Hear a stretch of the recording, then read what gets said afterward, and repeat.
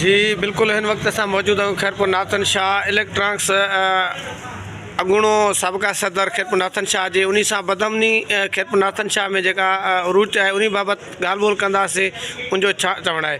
जी साईं, तव्हां ॿुधाइजो त हर रोज़ु खैरपुर नाथन शाह में किथे न किथे वारदात थिए पोइ उन बाबति तव्हां छा चवंदव? साईं, खैरपुर नाथन शाह में हींअर त रोज़ु मामूल भरिजी वियो आहे। रोज़ु बदन एतिरी वधी वई आहे कि रोज़ु घरनि मां सामान चोराए था वञनि। रोज़ु फुरूं चोरियूं वारदातुनि में इता ई घणेई थी वई आहे। असां हींअर यकीन जो दुकान ते ईअं वेठा आहियूं, साह कोन्हे त घर महफ़ूज़ पहुचंदासीं या कोन पहुचंदासीं। असांजी इंतिज़ामिया एॾी नाल आहे हितां जी शहंशाह जी, छा चऊं।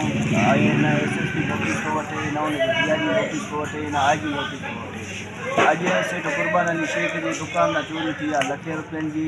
उन खां 2-3 ॾींहं अञा कोन गुज़रिया, सेठ आज़म अली शेख जी दुकान तां चोरी थी आहे। सोनारे दुकान तां लखे रुपयनि जो सोनो चुरायो आहे। अञा हिकिड़ो 2 ॾींहं बसि गुज़रे थो त मुख्तियार वकील असांजो चोरी थी आहे। चोरियूं एतिरो रोज़ु मामूल भरिजी ॼण आम थी वियो आहे।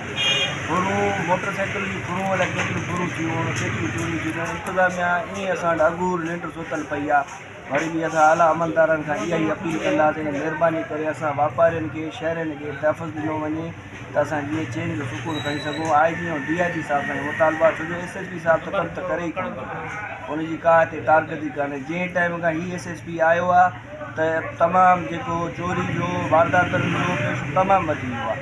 अॻियां SSP हुया, बहितर हुयो, कुझु अमन अमान हुयो। हिन SP में बिल्कुलु हाल ई कोन्हे।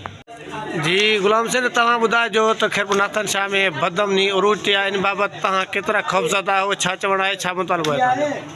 हा बाबा, सिंधी बात अर्ज़ीवात हींअर शहर में तमामु बदमनी वधी वई आहे ऐं ॾाढा दुकानदार शहरी सभु जेके ख़ौफ़ज़दा आहियूं। असां DIG हैदराबाद ऐं SP दादू खां कंटिन्यू IG सिंध खां मुतालबो था कयूं त शहर जो अमुन बहाल कयो वञे ऐं असांजे केम शाह खे तहफ़ुज़ ॾिनो वञे। असां दुकानदार ॾाढा ख़ौफ़ज़दा।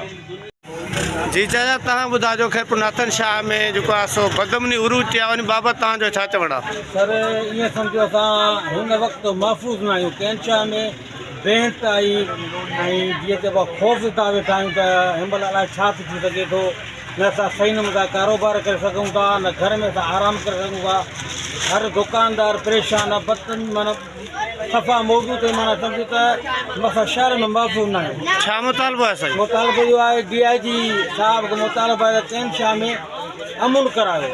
सफ़ा अमुन कैंशाह में कोन्हे। ज़ोरी माना गलियुनि मां गाॾियूं फुरे था वञूं, असांजे बचड़नि खां मोबाइलियूं खसी था वञनि। असांजे कैंशाह में को बि तहफ़ुज़ न आहे।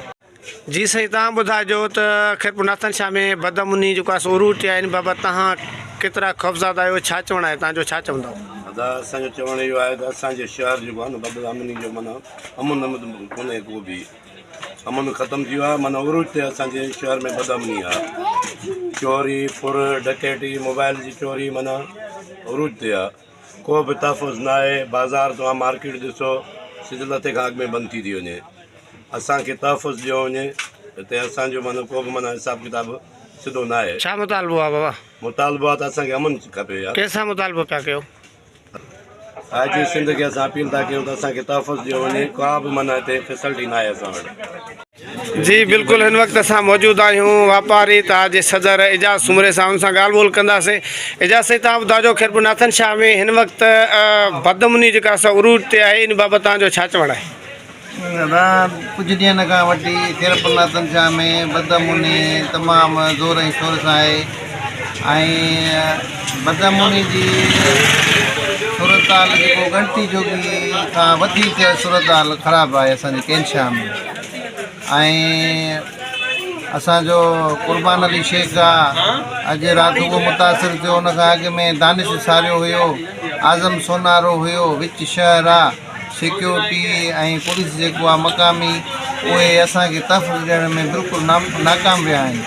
असीं वरी बि सियासी घणे लॻे ऐं पुलिस इंतिज़ामिया आला हाई अथॉरिटी ऐं उनखां अलावा IG सिंध साहिबु ऐं DIG साहिबु ऐं SSP दादू खे इहा ई गुज़ारिश कंदासीं त हिन मामलनि जो नोटिस वरितो वञे त जीअं मुइशत जो फीथो हिते हले ऐं वापारी पंहिंजो अमुन ऐं सुख सां ज़िंदगी गुज़ारे सघनि। त खैरपुर नाथन शाह हिकु अहम तालुको आहे ज़िले जो ऐं उहो हुनजे कमांड में थो अचे ऐं महिरबानी करे असांखे तहफ़ुज़ जे वापारियुनि खे असां इहो ई चवंदासीं असां बि उन्हनि खां छा था करूं असां टैक्स होल्डर आहियूं असां टैक्सूं था भरियूं ऐं अमुन अमान जे हवाले सां तव्हांखे ख़बर आहे त मीडिया ते ऐं सोशल मीडिया ते केतिरियूं कुझु ॼणनि खां ख़बरूं हलनि थियूं उन्हनि गुज़ारिश आहे हिते अमुन अमान बहाल करायो वञे कैंशा।